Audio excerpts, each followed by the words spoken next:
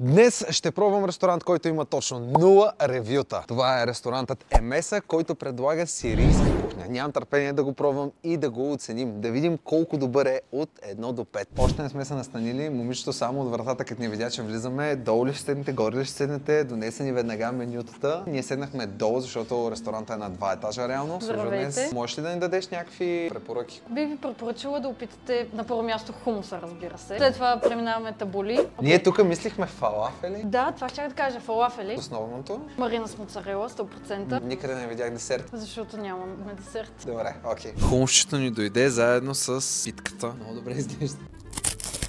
Много е вкусно. Време е за фалафелчетата. Почва да ми харесва тук. Сега е време за салатката. Това изобщо не е моята салата. Тък му ни дойде и основното хапване, горе-долу 20 на минути ни отне, докато дойде. И искам да видите, това е пълнено с чушки, кайма, магданоз отново има. Дай да го пробваме. What? Това има вкусна тортила, но е вкусно. В заключение смятам, че този ресторант заслужава 4 от 5 звезди.